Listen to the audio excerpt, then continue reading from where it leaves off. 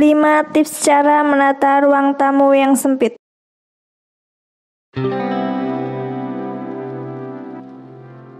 Pada kesempatan kali ini, kami akan membahas 5 tips cara menata ruang tamu yang sempit. Namun, sebelum menuju ke pembahasan atau topik utama, bagi Anda yang belum subscribe, silakan klik tombol subscribe warna merah. Dan jangan lupa klik juga notifikasinya berupa tanda lonceng di sebelah tombol subscribe supaya Anda tidak ketinggalan informasi penting dari kami. Cara menata ruang tamu penting diperhatikan karena ruang tamu adalah ruang indoor pertama dalam sebuah rumah. Ruang tamu merupakan cerminan keluarga yang tinggal di dalamnya. Oleh karenanya, cara menata ruang tamu wajib dipikirkan secara terperinci, terutama bagi keluarga yang kerap menerima tamu dalam kaitan bisnis atau sekedar bersosialisasi.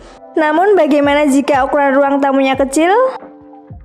Ini dia ada 5 tips cara menata ruang tamu yang sempit sehingga lebih nyaman ditempati dan berfungsi maksimal. Yang pertama, tambah penyimpanan di sofa. Ruang keluarga berantakan akibat banyak barang. Berarti kamu membutuhkan ruang penyimpanan yang lebih banyak. Salah satu yang dapat dijadikan ruang penyimpanan adalah kaki sofa yang biasanya hanya dibiarkan untuk menunjang sofa. Biasanya laci di bawah sofa berukuran sama dengan satu sofa, yaitu selebar 85 cm. Namun saat ini belum terlalu banyak toko furnitur yang menjual sofa dengan laci di bagian kaki seperti ini. Untuk itu, kamu dapat memesannya di pengrajin furnitur. Yang kedua, puff serbaguna. Jika ruang tamu tak cukup menampung sebuah sofa, kamu dapat menggantinya dengan puff atau kursi untuk satu orang dengan busa tanpa kaki dan sandaran. Puff umumnya berbentuk balok dengan ukuran 60 cm x 60 cm dan sering digunakan sebagai kursi untuk meja rias. Tak hanya sebagai tempat duduk, puff ternyata juga bisa difungsikan untuk tempat penyimpanan dengan menjadikan tubuhnya yang tidak berkaki. Di ruang kecil ini, kamu bisa menyimpan mainan anak atau bantal sofa. Yang ketiga, furnitur beroda lebih fleksibel.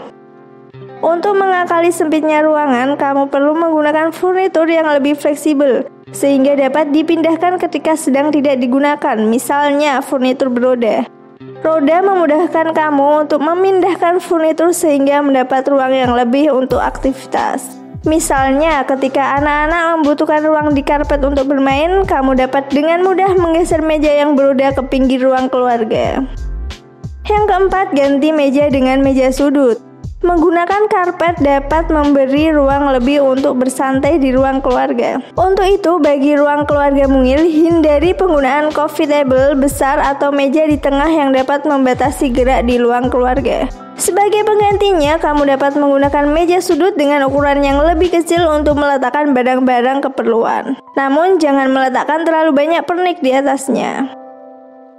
Yang kelima, lesehan tanpa sofa. Ruangan tak muat untuk kehadiran sebuah sofa. Cobalah dengan menciptakan ruang keluarga lesehan. Dengan sebuah karpet atau tikar yang dilengkapi dengan bantal-bantal yang nyaman, ruang tamu akan terlihat lebih simpel, lapang, dan bikin betah.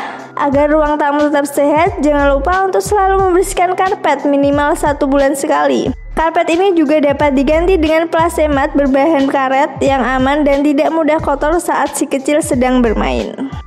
Demikian ulasan mengenai 5 tips cara menata ruang tamu yang sempit.